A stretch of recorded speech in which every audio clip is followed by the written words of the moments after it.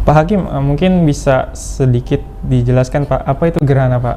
Nah, kan kalau kita tahu juga kan gerhana ada dua, matahari dan bulan. Secara spesifiknya Betul. bagaimana itu Pak?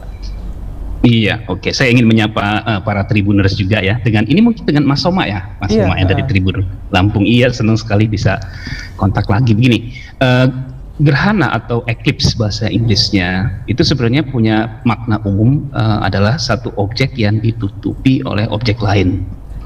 Itu pengertian umum dari gerhana. Jadi kata-kata eclipse sebenarnya memang paling banyak muncul dalam perbincangan astronomi, tapi sebenarnya eclipse punya makna yang sangat luas.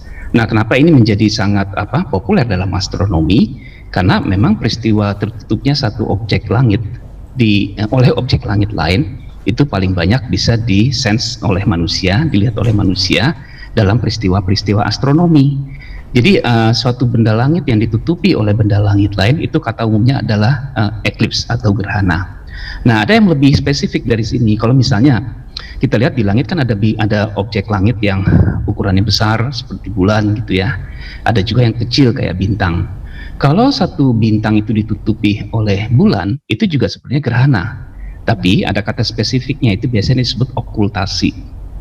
Nah, sebaliknya kita juga bisa melihat pada satu saat, misalnya di depan matahari kita, itu ada planet misalnya Venus atau Merkurius melewati depannya, dilihat dari bumi, jadi ada bintik kecil yang bergerak di depan matahari yang besar. Nah, ini juga gerhana, tapi lebih spesifik kita menyebutnya adalah transit. Nah, bagi umat manusia yang paling mengesankan adalah peristiwa gerhana, yakni gerhana matahari maupun gerhana bulan.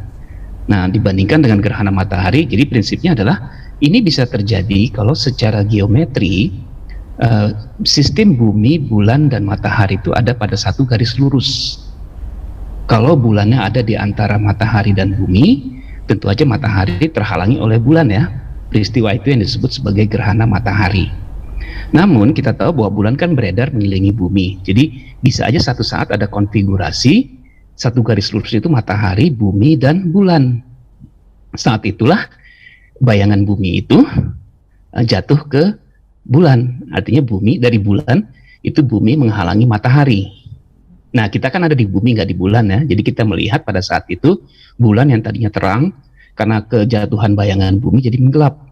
Nah, ini yang disebut sebagai gerhana bulan bagi kebanyakan di kita gitu. Kurang lebih itu Mas Soma, pengertian umum dari gerhana gitu ya. Iya, iya. Kalau kita lihat secara langsung nih Pak, sebagai pengamat astronomi, lebih indah gerhana bulan atau matahari nih Pak? Sebenarnya dua-duanya sama-sama indahnya Mas Soma, tapi peristiwa gerhana bulan tuh lebih sering terjadi daripada gerhana matahari.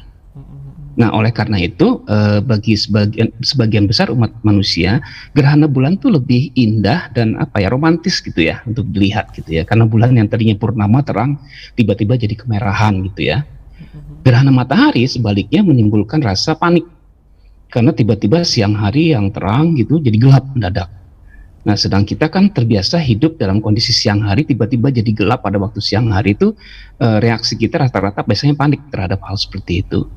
Sehingga menarik juga kalau kita lihat bagaimana budaya di Indonesia tuh berkembang seiring dengan peristiwa ini. Misalnya di Jawa kita kenal bahwa kalau ada gerhana matahari itu mereka punya kepercayaan bahwa matahari sedang ditelan oleh Batara Kala, sehingga mereka harus membunyikan alat-alat supaya mataharinya muncul lagi gitu, karena mereka ketakutan mataharinya hilang pada waktu itu.